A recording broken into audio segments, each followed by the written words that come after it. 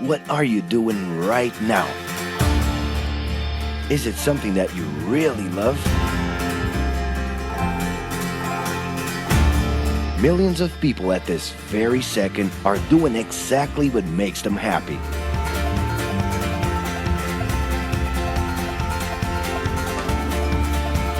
But wait a minute. You spend a big part of your life working. And any job has the potential to drive you insane. I think this is a good time for a break. But, of course, there's a bright side.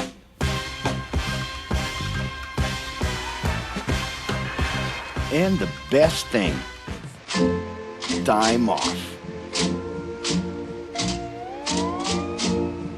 As a matter of fact, the way we work influences new trends and behaviors in society. And if some things are new and different to you, and to everyone else, it's good to know that the ones who really captured the idea are those young millennials. Otherwise known as Generation Y, G, we, globalists. Okay. We know you heard about this. They represent a new workforce in the global market and have high aspirations. Half of them already have or plan to open their own businesses. Because of their digital, liquid, and collective mindset, they are affecting the way we produce and work in the future. Sounds complicated? Actually, keeping things simple was the motto that baby boomers worked by in the 60s and 70s. Rules were a lot clearer back then. The workspace was confined to the office. Responsibilities were individual-based and very specific, and you knew exactly the right time to start and finish your day. At that time, after the World Wars, the institution represented the security that everyone was dreaming about. Because of this, it made total sense to be a company man and respond well to linear and hierarchical structures. But be careful. Once you chose a career, it was a decision that would pretty much last for the rest of your life. Older workers would teach young ones because putting in long years of experience was essential if you wanted to grow within the company. Having a job would guarantee social status and was the first step towards marriage and a first kid 9 months later. Work didn't mix with personal life. No bringing work home. But baby boomers worked a lot. It's been a hard day's night. And this had to do with keeping a deep sense of discipline and honor. Day-to-day sacrifices guaranteed that the family would be taken care of, and they knew that a big payoff would come, even if it would take a while.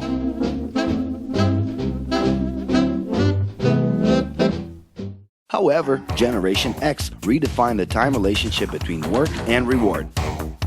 Super confident, extroverted, very competitive, and doing everything in their power to achieve quick growth, these guys were always on the lookout for better offers. A profitable idea could easily put them into a leadership position based on meritocracy without taking their experience into account. As they searched for more ways to personally stand out and be professionally independent, they relied on degrees, including MBAs and PhDs, to get ahead of their competitors. Pressure, pushing down on me, pressing down on you. No man has spoken. In this more individualistic style of thinking, a nice wardrobe and a business card could help them close better deals and expand their network. Being in the right place at the right time is what would define the work schedule. Business time was extended into the happy hour. This mix between personal and professional life turned a workaholic into someone who was admirable and even sexy. In the grace of your love. The winner was whoever could get onto the board of directors in the shortest time possible I can do anything if I can just get a chance. and thus immediately live out the pleasures of this achievement. You own the money, you control the witness. I'll leave you lonely, don't monkey with the business. But today the journey's a little different. It really seems more important to have fun on the ride than to make it to the final destination.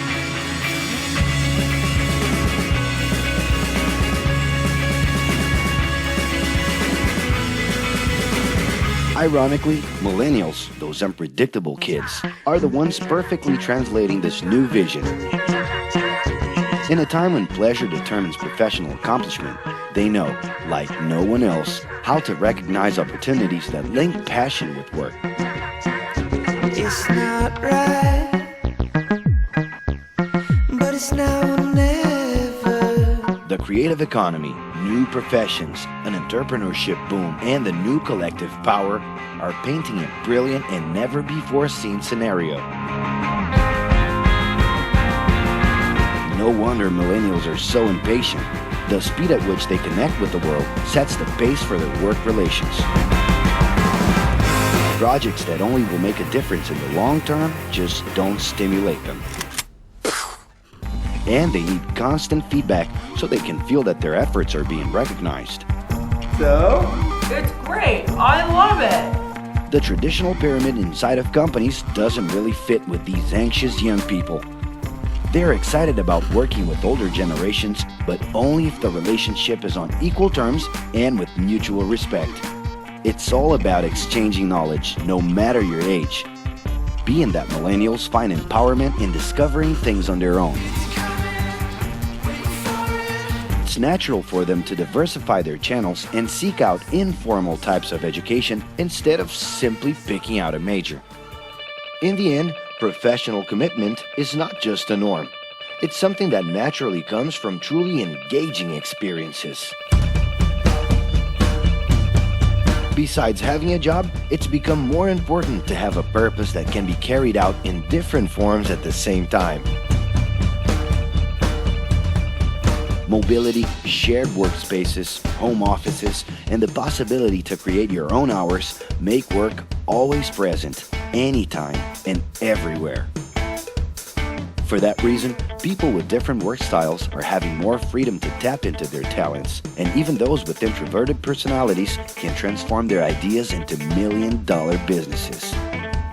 Yes, you can stay in your pajamas as long as you maintain an updated and attractive profile across your social network.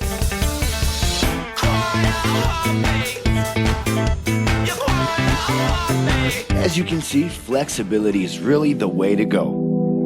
Millennials are fascinated when they get involved in works in progress and feel motivated by learning new skills. They're excited about an open and forever beta world where testing and messing with something unfinished is the only way to create the new.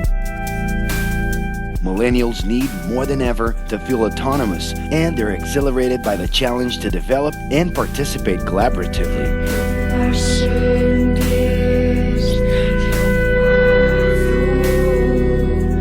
They can change direction quickly and don't let attachments hold them back.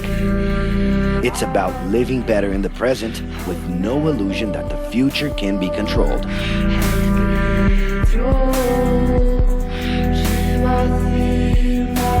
That's because of one simple thing. Whoever adapts more easily can evolve along with the changes. And if you feel overwhelmed by everything so far and are looking for the right answer, well, sorry. We're still going to ask you another question. Are you doing what you love right now? No.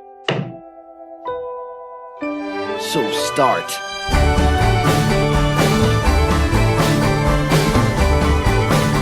The clock is ticking and your life is in a hurry.